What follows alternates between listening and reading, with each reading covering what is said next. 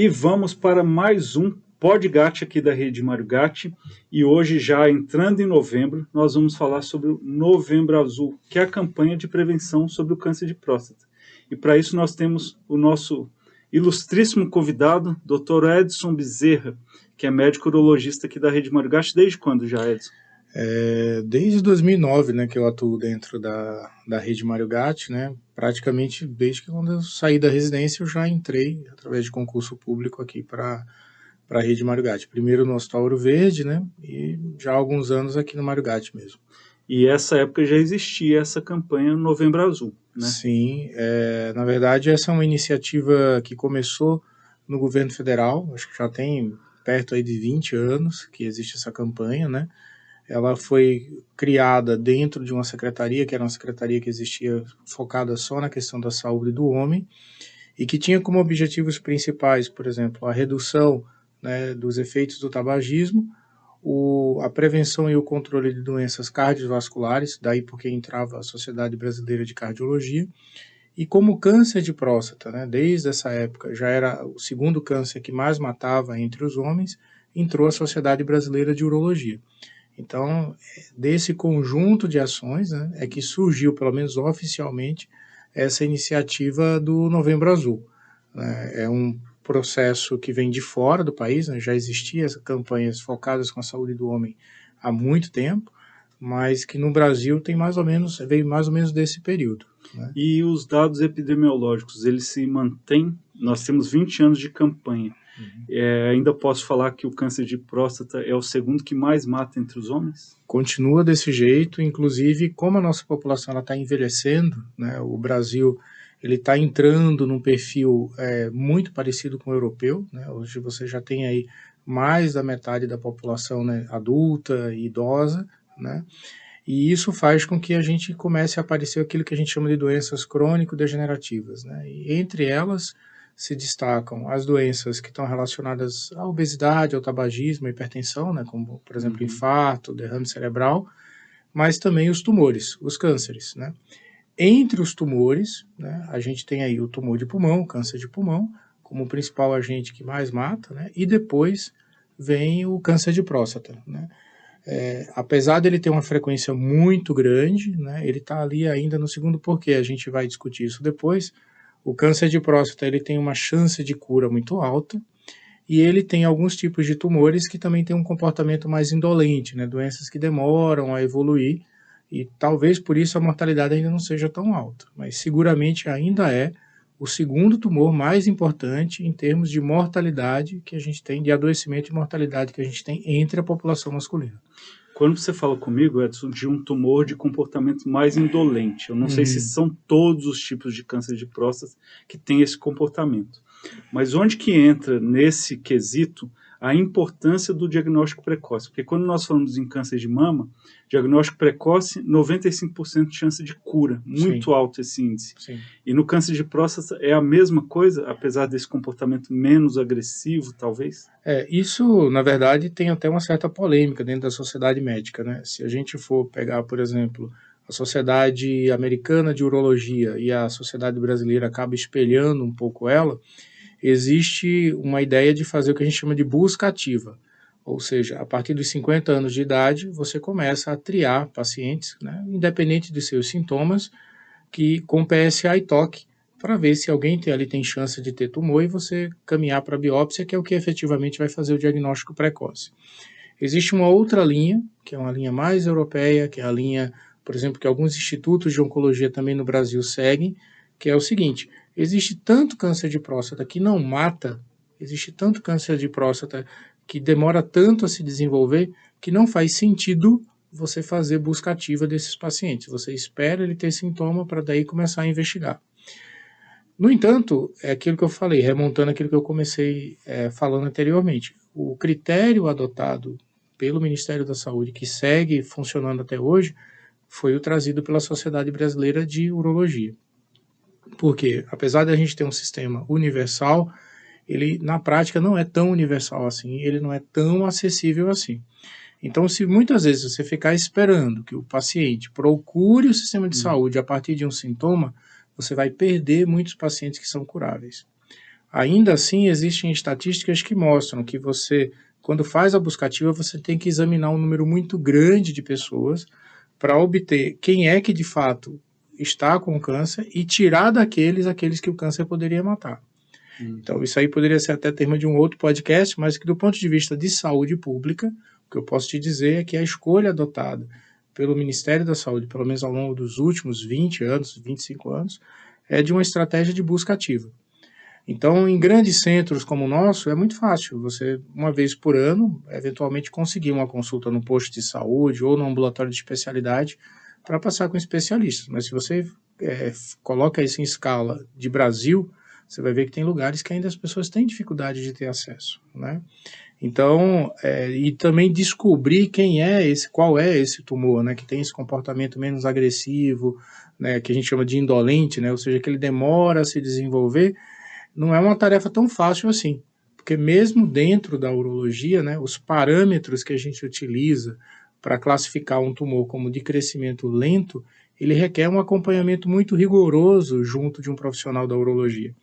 Então, olha que interessante, não é aquela coisa assim, eu vou fazer um exame só daqui a 5 anos eu vou repetir. Então, para que você possa ser classificado como um câncer, né, de próstata, que apesar de maligno, tem um crescimento muito lento, você precisa estar ali colado no urologista, por exemplo, a cada 3, no máximo 6 meses, fazendo exames, às vezes repetindo biópsia, para entrar nessa classificação. Então, eu acredito que na falta de estratégias melhores, né, a gente está se virando com o que tem, essa estratégia adotada pelo Ministério e adotada pela Sociedade Brasileira de Urologia ainda seja válida, né, para a gente pelo menos triar aqueles pacientes que têm mais chance de ter um câncer de próstata e assim chegar perto de indicadores parecidos com esses que a gente tem no tumor de mama. Porque a curabilidade, ou seja, a possibilidade que você tem de curar um câncer de próstata quando você trata numa fase inicial, ela é exatamente esse mesmo número, em torno de 85%, 90%, às vezes passa disso, se você faz o diagnóstico precoce. E esse paciente, por exemplo, muitos médicos veem esse podcast também. Tá. O paciente que vai ao centro de saúde fazer um toque retal, por exemplo, o exame do toque. O que o médico vai observar nessa próstata, nesse exame, feito em pacientes que estão apenas ali fazendo o exame profilaticamente, preventivamente? Tem uma coisa que eu acho interessante, é o seguinte, todo mundo acha muito natural que, por exemplo, que a mulher vá ao ginecologista pelo menos, 2 vezes no ano, né? Ela faz o Papa Nicolau, ela faz ultrassom transvaginal, além dos exames de mama, né? Que se você for observar em termos de invasividade, né, a coleta de um Papa Nicolau ou um ultrassom transvaginal é até mais invasivo que um toque retal. E dolorido, às vezes. Exatamente. Um toque retal aí, tem pesquisa que mostra que dura o quê? De 7 a 10 segundos, né? Você usa lubrificante ali para não machucar o paciente. E não exige necessariamente uma grande expertise, porque, veja, eu defendo que não só o urologista ou o proctologista deveria fazer o exame do toque. Eu defendo que, inclusive, o médico de formação geral, né, o generalista, ou o médico de saúde da família, né, acabei de encontrar com uma colega, ex-aluna minha que está fazendo medicina de saúde, já fez medicina de saúde da família, que está lá. Esse profissional ele tem toda a condição de avaliar um paciente através do toque. Por quê? Olha que coisa interessante. Quando você está examinando um paciente, né, está examinando a região anal, você identifica, por exemplo, outros tipos de condições. Hemorroida, fissura anal, fístula. Se o paciente for diabético, ou se o paciente tiver alguma condição neurológica, o tônus do ânus, né, do músculo anal, ele pode estar alterado. Isso pode indicar um agravamento de uma condição neurológica. Né? Um diabetes descompensado pode ter uma neuropatia periférica que causa hipotonia anal. Né? Você pode identificar, por exemplo, tumores no colo anal, no colo retal, né? Você tem muitas doenças neoplásicas que não são câncer de próstata que você consegue fazer o toque e identificar, né? Quando eu fiz residência de cirurgia geral, né, se dizia que mais da metade dos tumores, né, do colo e do reto você conseguia identificar na hora do toque. Isso não mudou muito de maneira substancial, né? Você pode identificar, por exemplo, algumas ISTs, né, algumas doenças que estão relacionadas ao sexo, como, por exemplo, condiloma, O condiloma anal, ele pode ter um crescimento para dentro do canal do ânus, né, para o canal anal, e isso ser fonte geradora de tumores, né, da região perianal. Fator causal, né? Exatamente. E isso tanto em homens quanto em mulheres, né? Então, olha a quantidade de coisa que a gente identifica fazendo o exame anal. Então, eu defendo que esse exame ele tem que fazer parte de uma propedêutica normal. Se o indivíduo tem queixa de diarreia persistente, diarreia crônica, precisa fazer o exame do toque, porque às vezes você faz diagnóstico ou suspeição, por exemplo, de doença inflamatória intestinal a partir daí, além dessas outras que eu falei, tá certo? Se o indivíduo tem obstipação intestinal, né, tem o intestino preso, tem dificuldade de evacuar, também é mandatório você fazer o exame do toque. Né? Antes de começar aqui o podcast, a gente estava falando que, por exemplo, mesmo quem vai fazer colonoscopia, olha que interessante, o exame do toque pertence a uma etapa inicial do exame de colonoscopia, porque o aparelho de colonoscopia não consegue avaliar os 5 primeiros centímetros que você tem ali depois do ânus. Então, no exame do toque, o médico ele é capaz de perceber a próstata, perceber a consistência da próstata e ver se tem alguma coisa alterada. Às vezes as pessoas ficam preocupadas, mas meu toque não é igual ao do urologista. É evidente que não. Se eu colocar 10 urologistas aqui dentro da sala e a gente utilizar o mesmo modelo anatômico, a impressão subjetiva do toque, inclusive, ela vai mudar. Mas o tato que a gente tem no dedo consegue dizer pra gente se aquilo ali é duro ou é mole, se tem consistência pétrea ou não. Então isso mesmo... Aumento de volume de uma maneira incomum, né? Quando a gente está treinando os residentes, né, para aprender como fazer o toque, a gente costuma dizer que o toque tem, da próstata normal, né, ela tem mais ou menos a consistência da ponta do nariz da gente, né, uma consistência que a gente chama de fibroelástica, né. Se você começa a fazer o toque sistematicamente nos pacientes que têm indicação de fazer esse tipo de investigação, você começa a perceber o que é normal, porque vai ser a maior parte das situações. Tudo aquilo que te causar estranheza, você fala, tem uma coisa esquisita, está muito grande, está muito globosa, ou está muito dura, ou é dolorosa ao toque, a próstata não é para ser dolorosa ao toque, isso vai chamar a atenção. E para que isso é importante? Mas o urologista vai precisar tocar. Vai, mas esse paciente ele pode ser priorizado, ele pode ser colocado numa caixinha, que não é a caixinha habitual, porque quem precisa fazer exame de avaliação prostática faz uma vez por ano. Mas quem possui uma alteração como essa que eu descrevi agora, esse paciente ele precisa ser regulado de uma maneira mais rápida para um centro de referência, tá certo? Evidentemente, assim, que respeitando a individualidade do paciente, né, garantido ali todas as situações que você tem que ter para que nem o profissional, nem o paciente se coloque numa situação desconfortável, mas faz parte do exame normal. Inclusive, só completando, né, o que a gente percebe é que aquilo que antigamente era um mito, né, que o homem não ia porque tinha medo do toque, tudo isso está mudando. A gente vê que os homens hoje, eles estão realmente procurando e às vezes até reclamam quando eles vão no médico que o cara só olha o PSA. Exatamente. Ele fala, mas fui na consulta, tô indo. Ele, inclusive, assim, eu recebo pacientes no consultório, tanto no SUS quanto no privado, né, que eles trocam de médico, porque justamente ele fala, não, doutor, eu tô vindo aqui porque o médico que acompanhava comigo já tem 3 anos que ele só olha o PSA, não faz o toque. É o que eu te falei, eu vou fazer um exame de colonoscopia e eu estava te questionando, né, agora há pouco, por que já não se faz o toque, você acabou me explicando que o toque, sim, deve ser feito, faz parte do protocolo. Né? Sim. Esse paciente que teve alguma alteração na próstata, nesse exame, no centro de saúde, por exemplo, ele tem que, eu tenho muito medo desse estigma, né, de já teve alteração, agora ele já está com uma sentença dada de que aquilo é um câncer de próstata. Qual recado você daria para esses pacientes que, porventura, tiveram o exame alterado e foram encaminhados para o especialista? A primeira coisa é a gente observar o seguinte, que aquilo que é comum é muito comum. O que eu quero dizer com isso? Acima dos 50 anos de idade, e essa estimativa não mudou nos últimos 100, 110 anos, metade dos homens tem algum grau de crescimento da próstata. Né? Aquilo que o patologista chama de hiperplasia prostática benigna, é que nem cabelo branco. Eu costumo brincar dizendo que quando a gente envelhece, né, tem 3 coisas que crescem, né? O nariz, a orelha e a próstata. É que a próstata a gente não vê.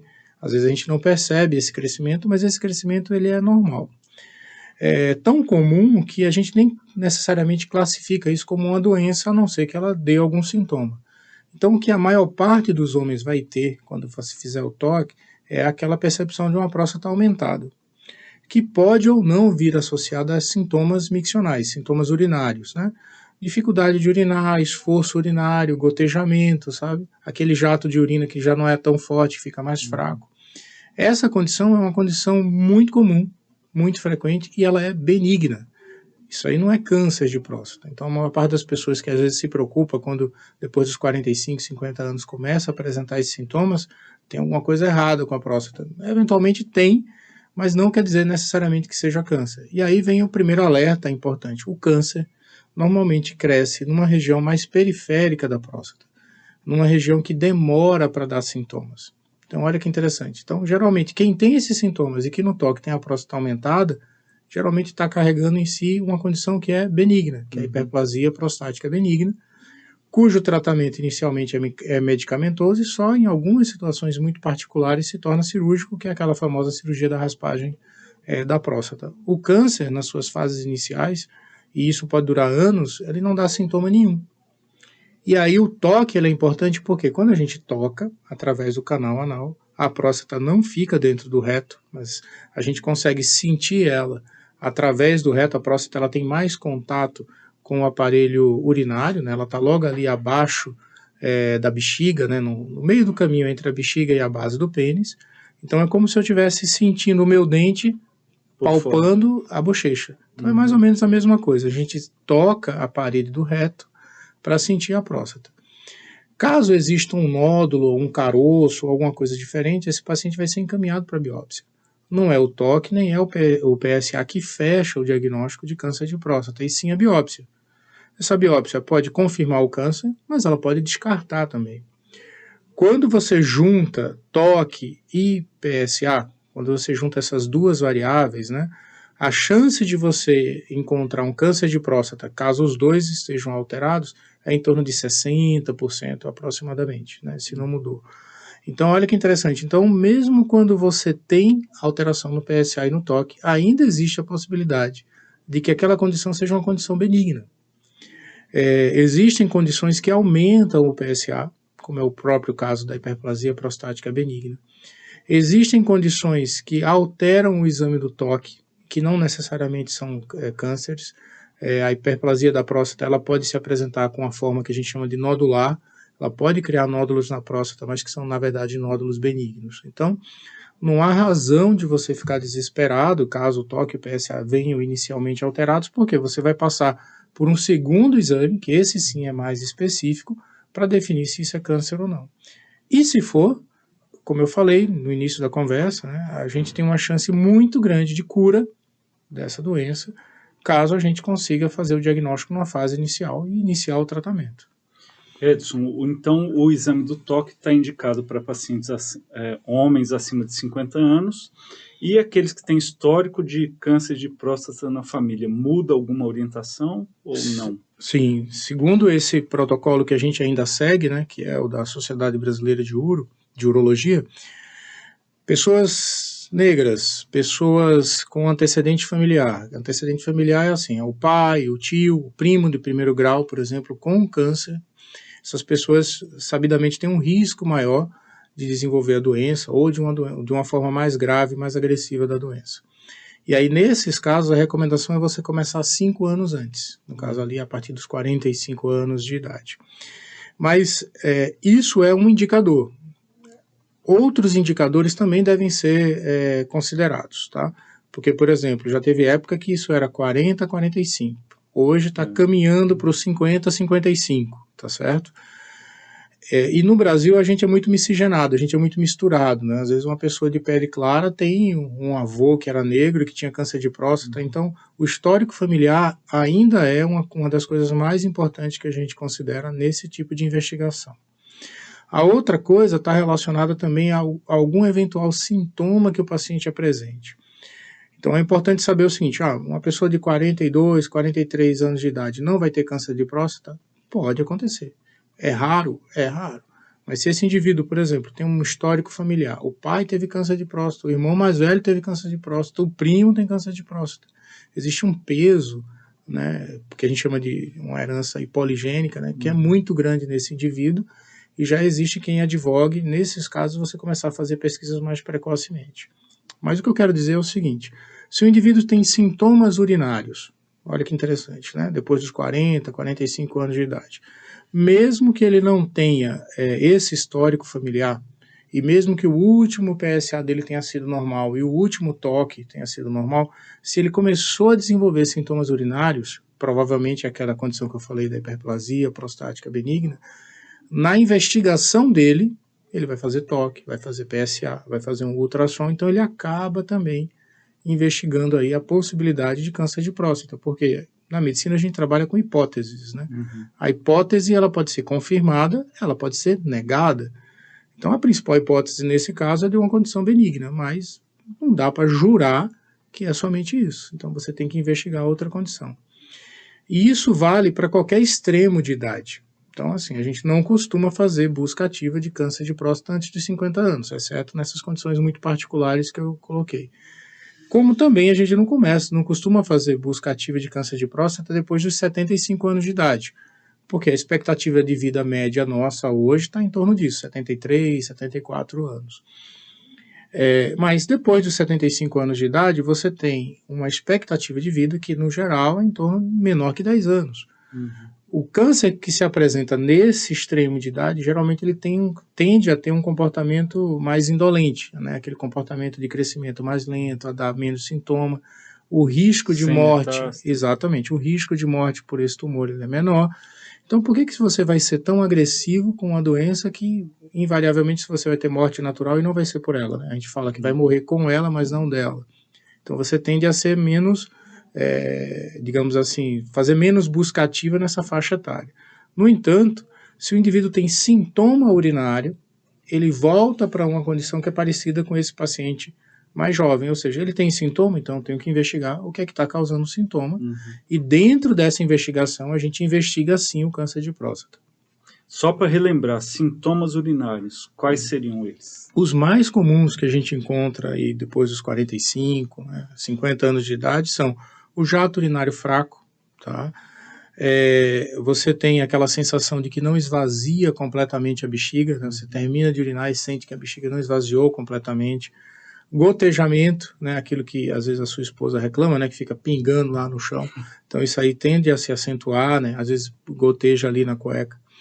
Um evento que às vezes a gente não valoriza muito, mas é importante saber, que é a noctúria, que é você ficar levantando à noite para urinar várias vezes, inclusive às vezes atrapalhando o sono, tá certo? O jato da urina, que pode vir na forma de spray ou bipartido, né? Todos esses sintomas são sintomas urinários que geralmente apontam para o aumento prostático benigno, não necessariamente para o tumor, porque, como eu falei, geralmente eles dão mais tardiamente. Mas o tumor, quando o câncer de próstata, numa fase mais avançada, ele pode produzir, por exemplo, sangramento na urina, hematúria, né? O sangramento na urina, independente da idade, deve ser um sintoma que precisa ser investigado e pesquisado com bastante atenção. Porque cálculo renal dá, pedra no rim pode dar sangramento urinário, mas tumor de bexiga, tumor de próstata, tumor de uretra, né? Algumas infecções na uretra podem causar sangramento. Então, o sangramento urinário não é uma coisa normal, não é uma coisa habitual e deve ser sempre valorizada para procura de um profissional que consiga investigar isso adequadamente. Retenção urinária, que aí dos sintomas urinários, geralmente ele é o mais tardio, né? Ou seja, você vai diminuindo o jato urinário, vai ficando com o jato fraco, vai tendo gotejamento, até que você chega numa situação que vai lá e tal, prende a urina. Aquela situação que o indivíduo vai para o pronto-socorro sem conseguir urinar, tem que passar sonda.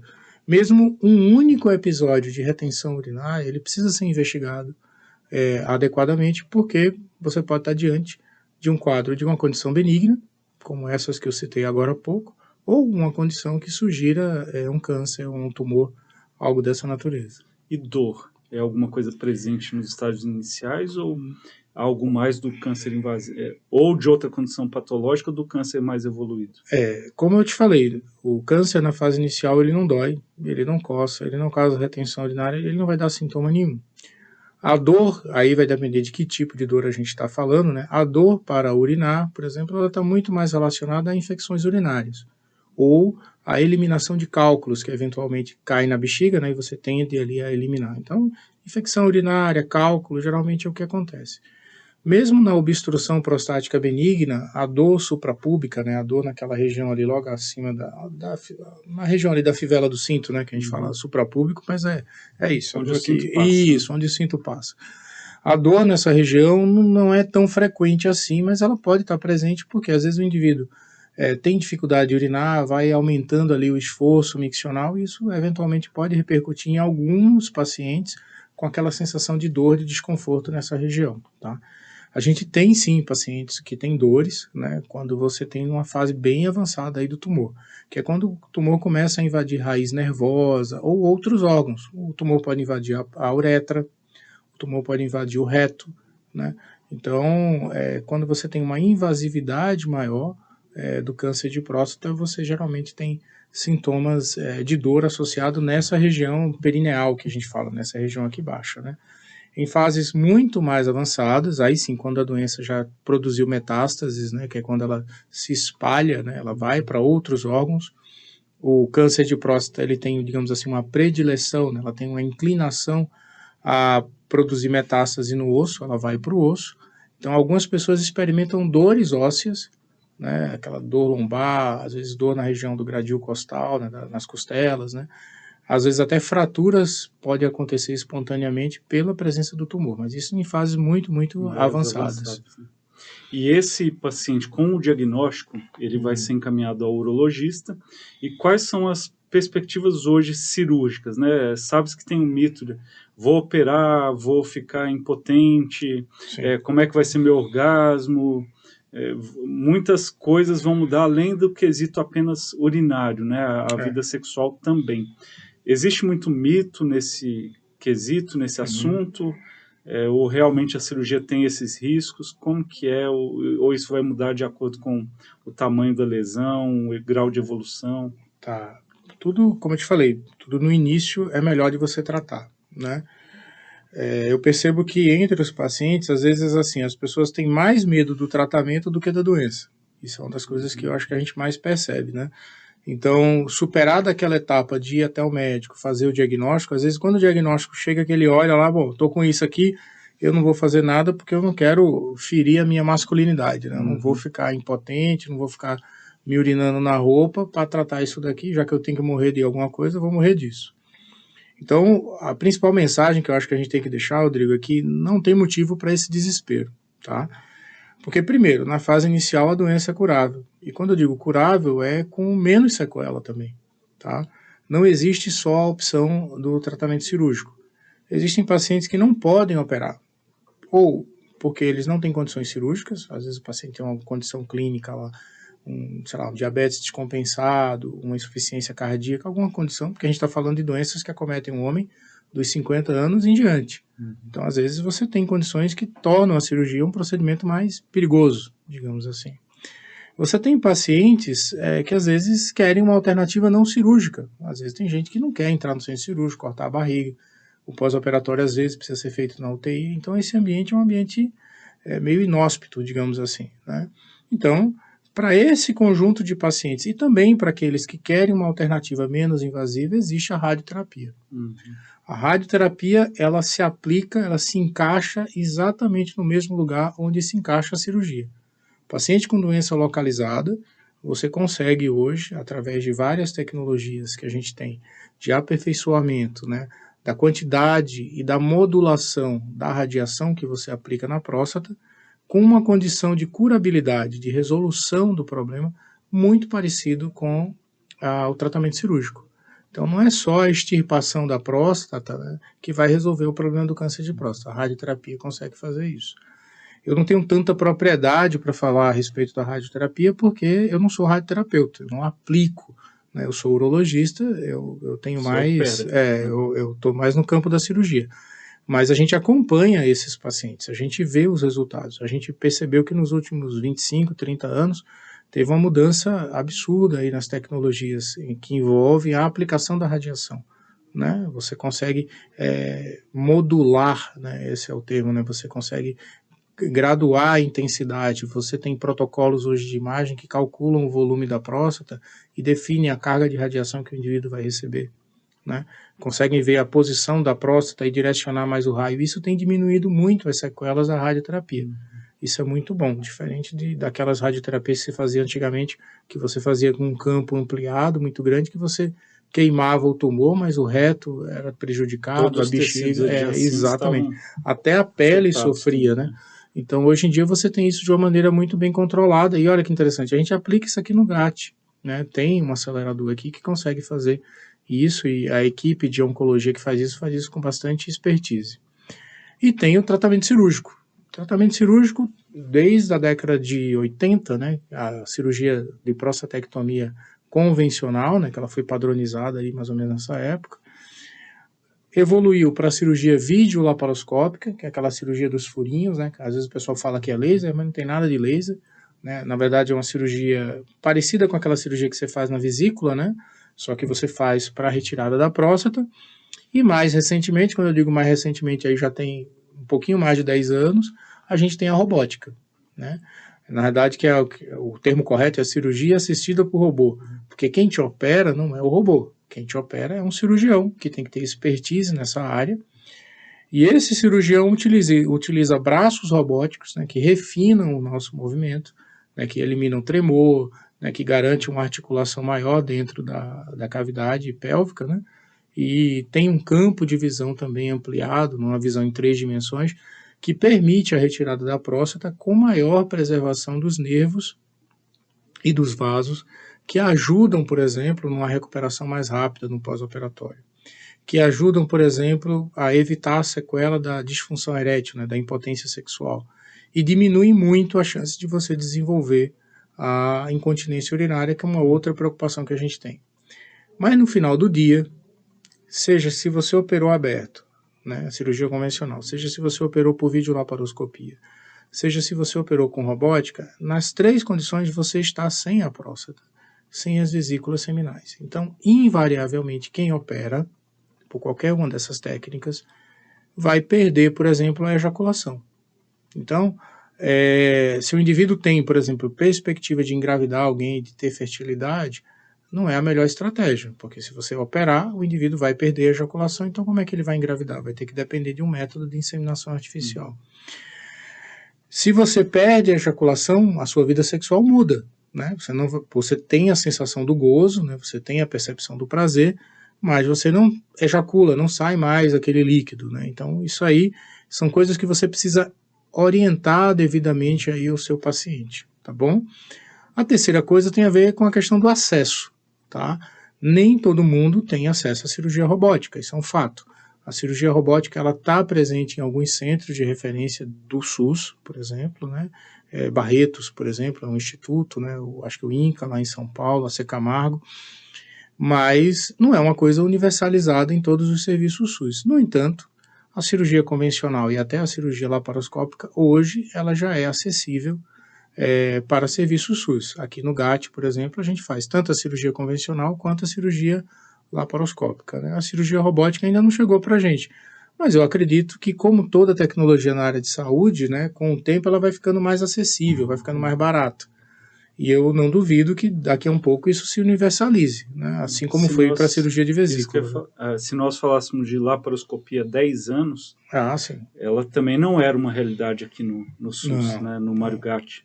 E hoje em dia já é uma realidade para diversas especialidades. Sem dúvida. Então, eu acho que o robô segue a mesma premissa, né, e também não é algo disponível na rede privada de uma forma cotidiana, rotineira.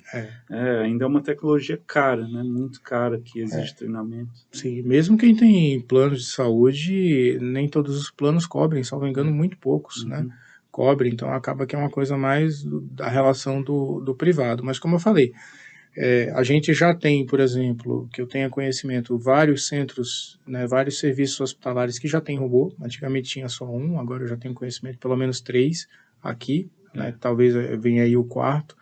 E a gente tem um conjunto de profissionais, né, que já estão se formando com treinamento em robótica. A gente já tem residentes, né, que já estão tendo durante a residência, às vezes até depois da residência eles ficam lá mais um ano só treinando a robótica. Mas o mais importante é entender o seguinte, eu sempre enxergo isso como uma ferramenta nova para a gente poder desenvolver a assistência médica, né? O que não substitui a necessidade de você estar com um profissional que acompanhe você, que enxergue seus problemas, que saiba lidar com aquela situação. Porque a cirurgia, ela é uma etapa do tratamento. Existe uma etapa anterior, que é o diagnóstico. Existe a realização de alguns procedimentos mais específicos. Existe a cirurgia, existe o segmento pós-operatório. Existe a necessidade de desenvolvimento de uma relação de confiança com o serviço e com os profissionais que você atua. Né? Aquilo que eu falo. Não é uma próstata, né? Exato. É um ser humano, exatamente, que você tem que lidar ali. Então, tudo isso tem que ser considerado. É um conjunto de coisas. Como eu falei, não é só a tecnologia, também tem a ver com acesso. Tendo acesso, você tem que ter segmento. Não adianta fazer uma bela cirurgia e não ter segmento. Né? Você perde muita coisa que você adquiriu ali no procedimento se você não seguir os pacientes. Né? Aí uma dúvida agora minha como médico. Quais dos pacientes que vocês observam o diagnóstico, veem que é um tumor de crescimento lento, com baixo potencial metastático e decidem pela terapia conservadora e não cirúrgica? Isso, é o que a gente chama de observação e segmento, né? Primeiro, o PSA desse paciente, idealmente, ele tem que estar baixo. Quando a gente diz baixo ali, abaixo de 10, abaixo de 7, seria o ideal, né?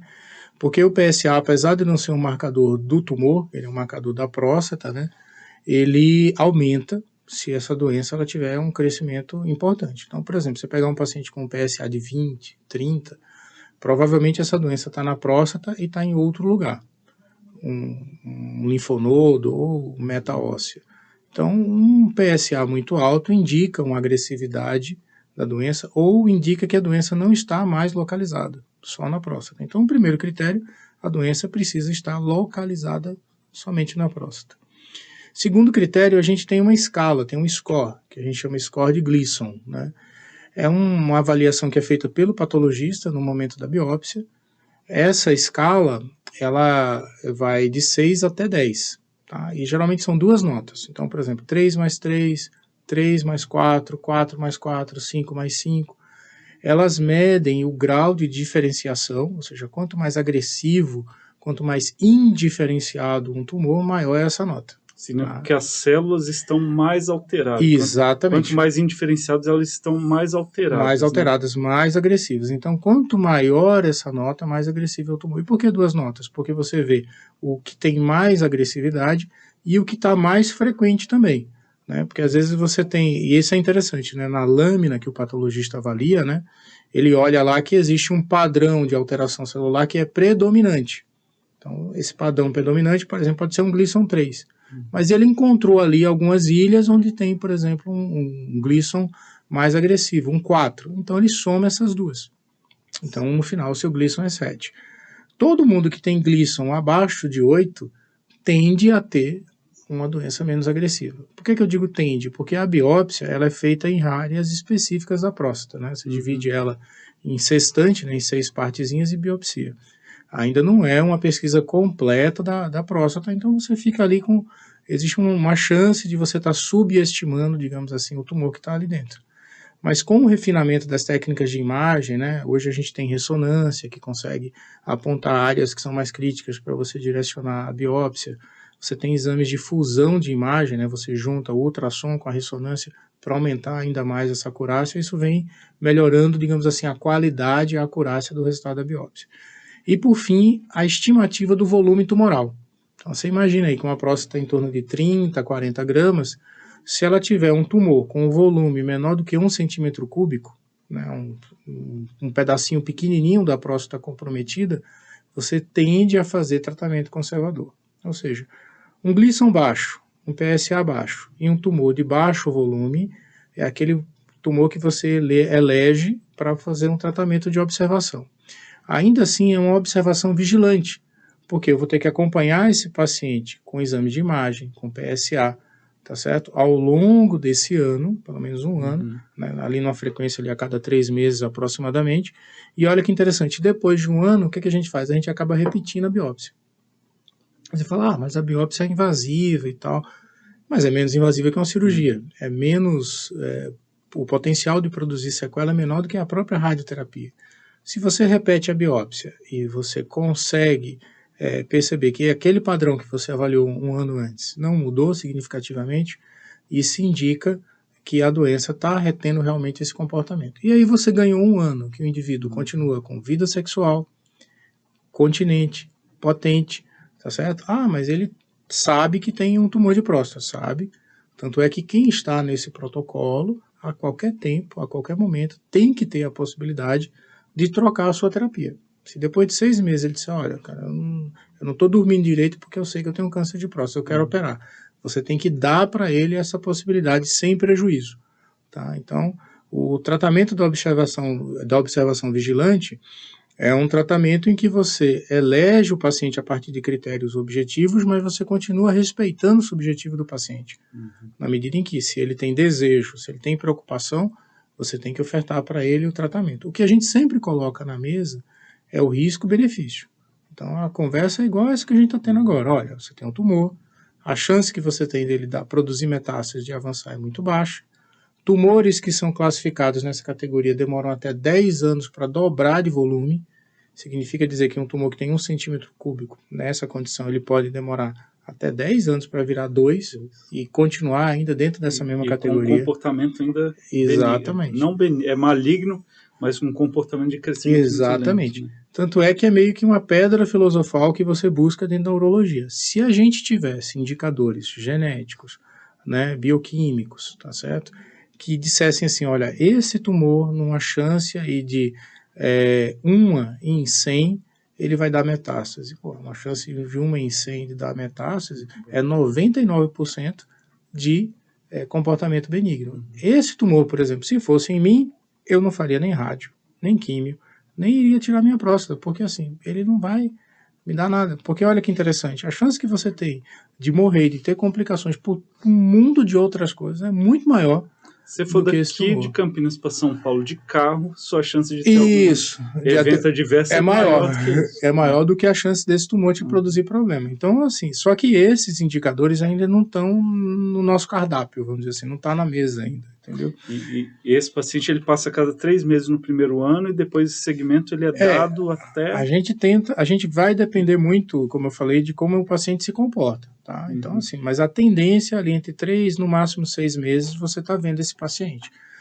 Se você, por exemplo, tem um paciente que não consegue fazer esse segmento dessa forma, se você não, mesmo que ele tenha PSA, ressonância, toque, a biópsia, todos os indicadores objetivos dando ok, se você não consegue seguir o paciente, isso é uma outra coisa que também já está bem protocolada, ele não é elegível para a observação vigilante, entendeu? Porque se você não pode seguir o paciente com esse rigor, então você tem que oferecer para ele algum tratamento, tá? Então é mais ou menos assim. Então isso vale para vários outros temas na área médica, né? Então assim, a gente tem protocolos, por exemplo, de tratamento conservador de pedra na vesícula. Paciente assintomático e tal, não sei o que. Agora, se o paciente, por exemplo, mora numa região, sei lá, do Alto Amazonas, do Alto Xingu, que ele vai estar num lugar que, se ele tiver uma inflamação ali da vesícula, ele demora 7 dias para chegar num lugar que tem hospital, esse paciente não é elegível para tratamento conservador. Já tira, porque você sabe que o risco é alto. Exatamente. E só, desculpe insistir na pergunta, assim, esse paciente com o tumor indolente, indolente, né? Ele tem que... comportamento indolente, comportamento crescimento indolente. lento, enfim. Ele tem que voltar no primeiro ano, depois desse primeiro ano, que viu que o tumor tem um comportamento bom. Sim. Ele passa de quanto tempo com o urologista?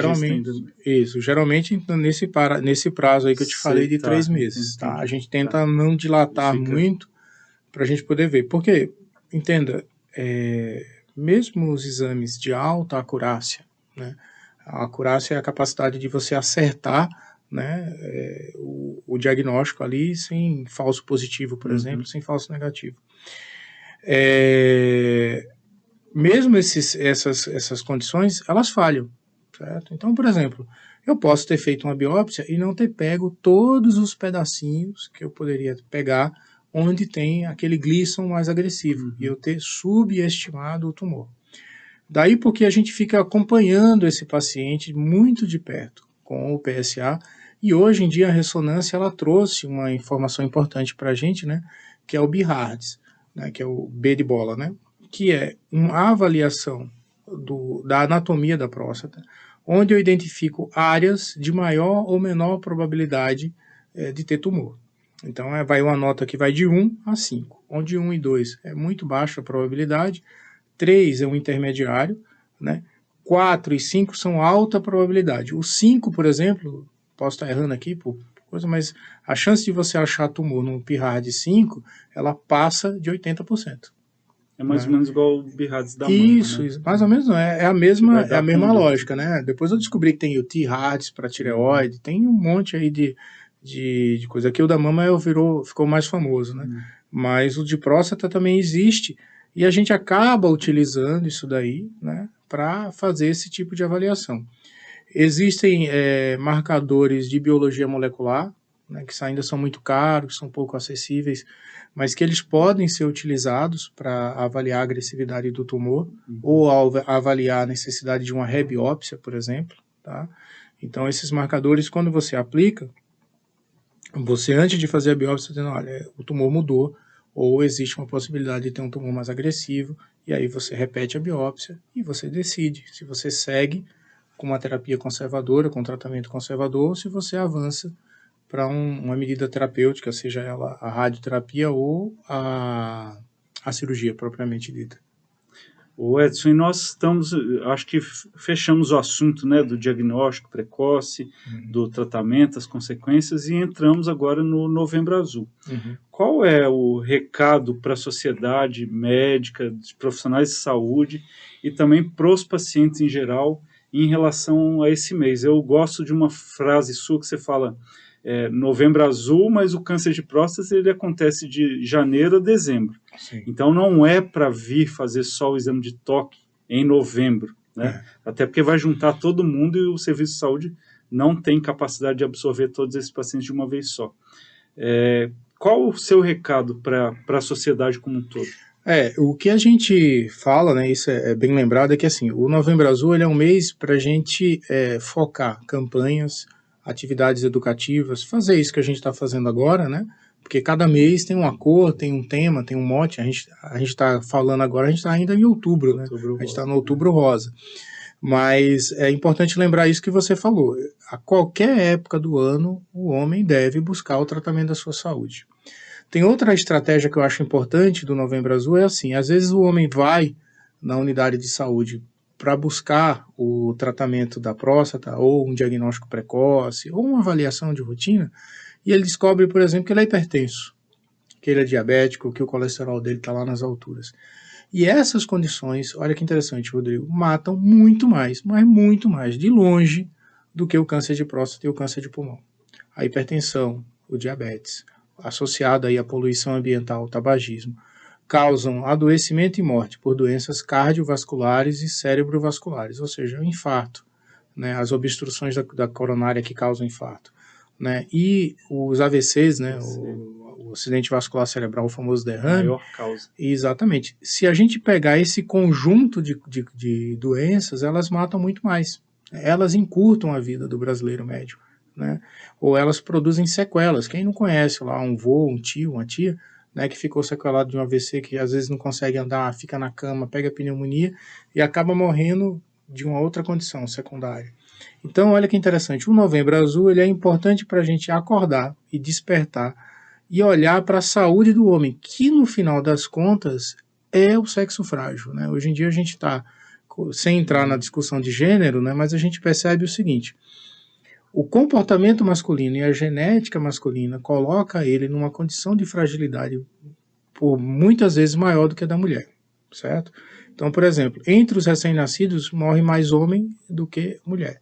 Dizem aí que existe uma fragilidade relacionada ao Y, enfim. Quando você está na fase de adulto jovem, né, enfim, adolescente ali, os meninos e os rapazes, né, geralmente eles se envolvem mais em brigas, se envolvem mais em situações de violência, ou são mais vítimas de violência por serem homens e por estarem, né, nessa exposição. Aceleram mais o carro daí, porque se você tem menos de 25 anos, seu seguro é mais caro. Né? Então, tudo isso faz com que a mortalidade masculina nessa fase da vida seja maior. E quando você se torna adulto, quem tem o hábito de procurar a unidade de saúde, de fazer exame preventivo, de ir pelo menos a cada 6 meses na unidade de saúde, quem leva a criança para vacinar, quem leva o idoso para fazer a avaliação são as mulheres, são as donas de casa, né? Então, as mulheres elas já estão acostumadas, já faz parte da cultura dela frequentar médico. Tem gente até que brinca, né? Essa mulher vive o tempo todo no médico, não sei o quê, mas olha que interessante. Todos os programas do Ministério da Saúde, se você for ver, eles têm um foco muito grande no público feminino justamente por conta desse comportamento. Né? Se você, a qualquer hora, a qualquer dia, pode ir em qualquer unidade básica de saúde, policlínica, que você vai ver que o público é predominantemente feminino. Aí a gente poderia ter uma impressão equivocada. A mulher tem saúde frágil, né? Só que olha que engraçado, elas dão de lavada na gente, né? Elas estão fazendo a prevenção, na verdade. Né? E a expectativa de vida de uma mulher hoje no Brasil é quase 7 anos maior do que a expectativa de vida do homem pelo conjunto dessas condições, né? Tem até uma brincadeira que diz que daqui a alguns anos, né, o homem vai viver 200 anos e a mulher não vai morrer nunca. Né? Vai estar sempre na frente. Então, essa cultura, esse comportamento que afasta o homem do cuidado, do seu autocuidado. Quando eu digo cuidado de saúde, não é só ficar procurando um médico, né? Tem a ver com alimentação, tem a ver com hábitos saudáveis, tem a ver com dirigir de uma maneira mais prudente. Menos né? bebida alcoólica, tabagismo, isso é mais frequente nos homens. Isso, né? Exatamente. Então, esse conjunto de comportamentos que é nocivo, quando você está numa campanha como essa, porque, por exemplo, eu posso te dizer que a próstata, ela virou vedete, né? Ela virou influencer, né? Para usar um termo mais atual de hoje, né? Ou seja, às vezes, aquela situação da próstata não é nem a que chama mais a atenção, não é nem a mais importante. Mas ao entrar na unidade de saúde, ele não vai só fazer o exame da próstata, ele vai colher um hemograma, vai ver como é que está o colesterol, vai medir a glicemia, vai ver a pressão arterial como é que está. Ele vai conversar com os profissionais de saúde que estão lá para ver se existe alguma condição que está colocando ele em risco. E às vezes ali você descobre algumas situações. Então, eu acho muito inteligente e quem advoga que não deveria existir campanhas, né, de prevenção do câncer de próstata, que não é nem o termo correto, né, diagnóstico precoce, e acaba esquecendo isso. Acaba esquecendo que a gente está diante de um público que não é engajado, vamos dizer assim, né? O público masculino em relação à saúde não é um público necessariamente engajado. Pode estar mudando agora, mas não é. Só que o câncer de próstata é um mote que produz engajamento. Né? Se a gente estivesse falando aí de uma estratégia de marketing, né, ele é aquele chamariz que traz vocês, né? Que nem aqueles magazines, né, que fazem um anúncio, né, de um produto extremamente barato, entre aspas, né, que convida você a ir até a loja, mas que na loja tem um monte de outros itens que não estão tão baratos assim, mas que o cara acaba botando no pacote e você compra. Você chamou a atenção, porque é um dos únicos que é focado no público masculino. Sim. Talvez agora, setembro amarelo, prevenção de acidentes de trânsito e tal, até pegue mais esse público, mas não traz esse público à unidade básica de saúde. E o único que realmente faz isso é o Novembro Azul. Exato. A gente tem ali, por exemplo, o Maio Amarelo, né, que envolve a questão dos acidentes, dos acidentes de trânsito. Eles têm realmente um apelo para o público masculino, porque apesar da gente falar que as mulheres não sabem dirigir, quem se envolve em acidentes em alta velocidade, com produção de morte, tudo são os homens, né? Hoje, depois da pandemia, né, essa questão das entregas, né, dos motoboys da vida, também é um público masculino. Só você chegar ali na ortopedia, você vê a quantidade de rapazes que estão lá com a perna quebrada, né? Mas sem dúvida nenhuma, o comportamento masculino, isso já foi estudado, isso já foi medido, né? Ele influencia no adoecimento e morte desse público. Em qualquer faixa etária, o homem morre mais do que a mulher. E depois dos 50 anos, numa proporção que chega a ser absurda, tá certo? Então, esse comportamento, ele precisa ser mudado. E às vezes, uma campanha como essa, concordo com você, não precisa ir todo mundo fazer o exame do toque e do PSA. Somente em novembro, você pode, sei lá, de janeiro a dezembro, as unidades estão funcionando. Você pode procurar a qualquer época. É uma avaliação que você só precisa fazer uma vez por ano. Né? Tem gente que faz no mês do aniversário, por exemplo, para não ficar esquecendo. Isso é uma outra estratégia. Mas o Novembro Azul, eu acho ele importante muito mais para a gente acordar para a questão da saúde do homem. Tanto é que quando isso começou, e foi assim que a gente começou essa conversa, né? A gente falou de uma secretaria que era focada na saúde do homem e não na saúde da próstata, né? Ela estava olhando, por exemplo, para a saúde cardiovascular. Ela estava olhando para a questão do hábito do tabagismo.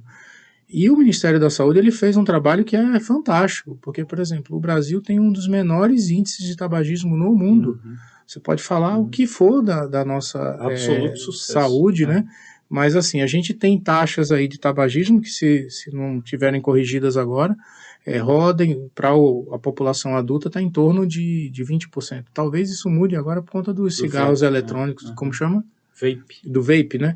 Talvez, que é uma coisa que eu acho que a gente precisa regular muito bem, porque assim, aquilo que a gente avançou desde a década de 90, né? Que começou inclusive no estado de São Paulo, né? O estado de São Paulo foi pioneiro aí nas leis de restrição do tabagismo em ambientes públicos, em restaurantes, tudo, né? Tem programas aí na internet mostrando o pessoal malhando, reclamando como porque, foi com cinto de segurança também. Exatamente, porque é uma privação de liberdade e tudo, não sei o quê.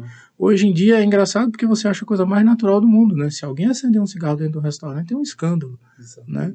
E quando você vai para a Europa, você vê que o comportamento é completamente diferente, né? Eu vi estatísticas, por exemplo, na Áustria, acho que em Viena, mais de 40% da população fumando, e fumando uma carga tabágica gigantesca, né? Então, assim, se a gente tem um sistema de saúde que se pretende universal, as medidas educativas, as medidas preventivas, elas precisam ser constantemente renovadas. Por quê? A gente não tem condições de operar todo mundo.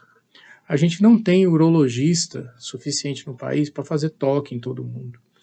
Assim como a gente não tem pneumologista para tratar doença respiratória secundária ao tabagismo em todo o mundo, se a coisa for desenfreada, né? E aí, evidentemente que você respeita a liberdade individual de cada um, né? A vida é sua, estrague-a como quiser, né? Eu já ouvi esse ditado.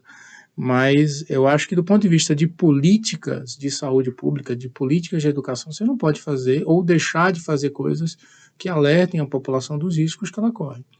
Eu acho que a liberdade ela só existe mediante esclarecimento, né? Eu só posso escolher beber água ou beber, sei lá, bebida alcoólica se eu souber dos riscos e benefícios de cada um. Se eu for enganado, se alguém me disser que, por exemplo, que a bebida alcoólica hidrata melhor do que a água, seja induzido por propaganda ou por uma fala equivocada, a gente está na era da pós-verdade, né? Essa pessoa não está exercendo de fato seu direito de liberdade, porque ela está ignorando informações que são importantes. E na era da informação, né, do Big Data, essa coisa toda, o que mais falta é curadoria de informação, né? Ou seja, a gente tem acesso através dos celulares, né, do smartphone aí, a um conjunto de informações, só que muitas vezes a forma como essa informação ela é apresentada, né, o algoritmo, às vezes, que te traz essa informação, ela traz ela de maneira enviesada. É só você colocar uma pesquisa de câncer de próstata que você vai correndo ali, vai passando o dedo, quando vê você está desesperado, né? Porque vai apresentando cada vez coisas mais terríveis. Isso é uma forma que eu acho que... E uma vez que você pesquisou, isso vai começar a aparecer o tempo todo. Exatamente. E só vai piorar esse quadro. Exatamente. Então você não tem, muitas vezes, uma curadoria. E aí eu chego onde eu gostaria de chegar, falando disso, que é o seguinte... Então, como é que eu faço para me informar?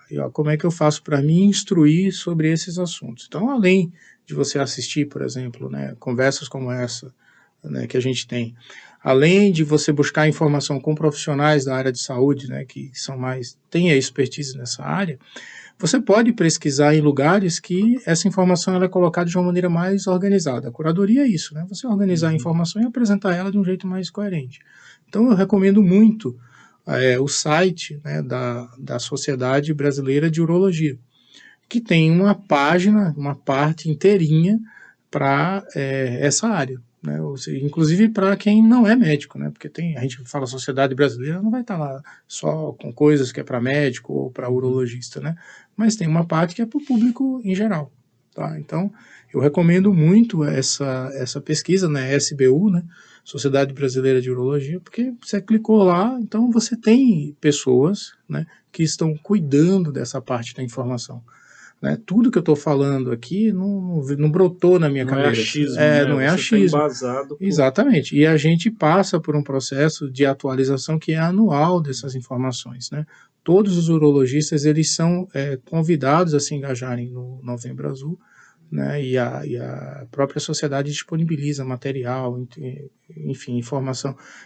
Inclusive é engraçado, qualquer urologista que quiser fazer uma palestra, por exemplo, sobre isso, tem uma palestra pronta que a sociedade entrega. Pessoal, está tudo aqui, os dados, as estatísticas, enfim, está tudo lá.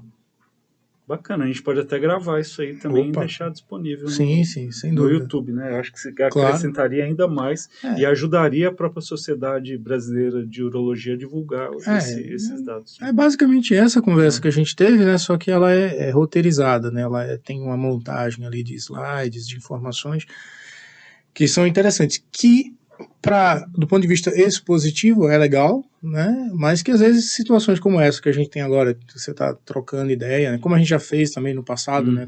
Com pessoas que passaram pela situação do câncer de próstata, também é interessante a gente ver. Maravilha. Edson, mais uma vez, muito obrigado por esclarecimentos assim de uma forma muito didática, espontânea, e que esse recado tomara chegue a muitos homens, né?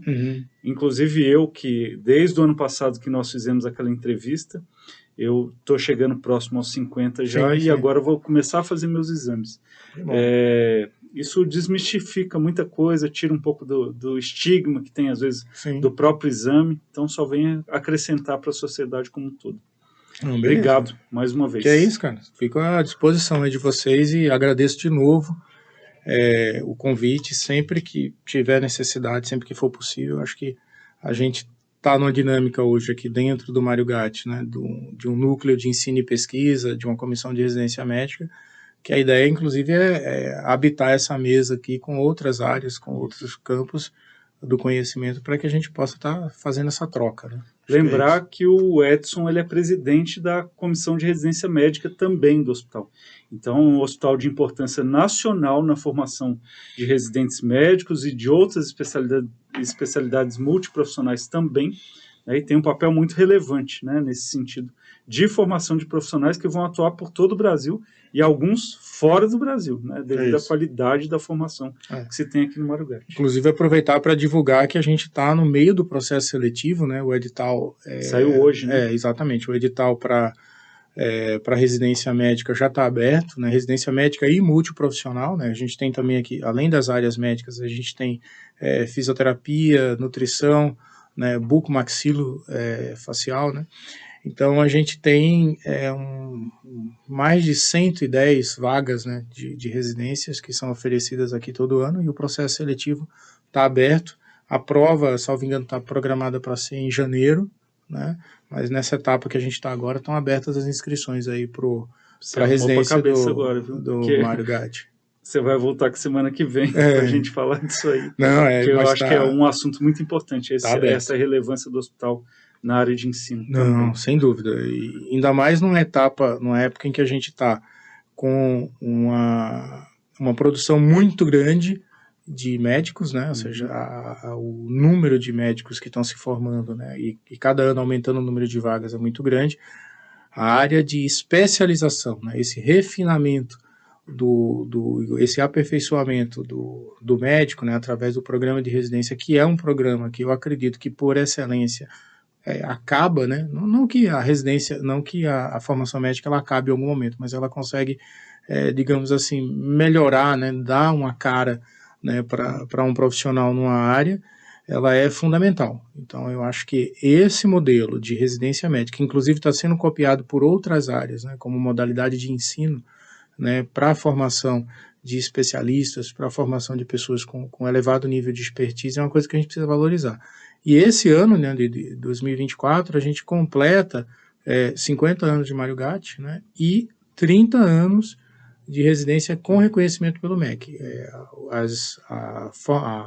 Digamos assim, a trajetória do Mário Gatti na formação de especialistas ela é mais antiga que isso, mas com reconhecimento pelo MEC, 30 anos esse ano de 2024.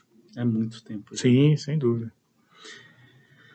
Então tá, pessoal, não esquece de dar o like nesses podcasts, né? Se inscreva, porque toda semana nós temos 2 ou 3 podcasts gravados com muita informação sobre saúde para profissionais, para leigos, pacientes que podem se beneficiar de tudo isso que nós conversamos aqui. Um grande abraço, até o próximo Podgat. Até mais. Rede Mário Gatti, compromisso com a saúde e educação.